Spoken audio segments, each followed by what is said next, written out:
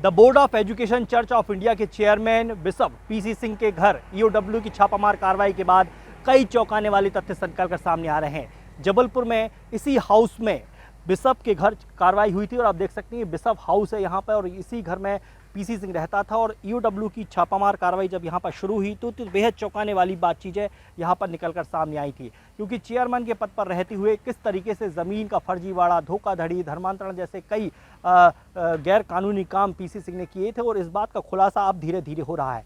जब ईओडब्ल्यू की टीम ने इस घर पर छापामार कार्रवाई की थी तो 1,65,00,000 रुपए से ज़्यादा की नकदी, 18,000 से ज़्यादा के डॉलर, 118 पाउंड मिले थे, 17 से ज़्यादा संपत्तियों के दस्तावेज मिले हैं और 48 बैंक खाते मिले हैं। ये तमाम चीज़ें इस बात की ओर इशारा करती हैं कि पीसी सिंह का दायरा केवल जबलपुर, मध्य प्रदेश या देश तक सीमित नहीं था, बल्कि दुनिया भर के कई देशों में उसका संपर्क था।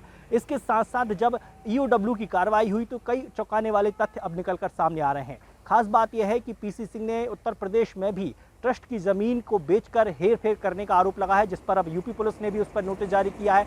इसके साथ साथ मुंबई में भी जिम खानी की ज़मीन को एक रियाज भाटिया नाम के शख्स को बेचने का आरोप लगा है, जिस पर अब ये बात भी निकलकर सामने आ रही है कि पीसी सिंह का कनेक्शन कहीं डी कंपनी से तो नहीं है। तो ये तमाम दस्तावेज, अब तमाम जो बातें निकलकर सामने आ रही हैं, इस बात की ओर इशारा करती हैं कि पीसी सिंह ने कितना बड़ा साम्राज्य अपना खड़ा कर लिया था। अब इस पूरे मामले पर मुख्यमंत्री शिवराज सिंह चौहान ने भी संज्ञान लिया है और लगातार बैठकों का दौर जारी है।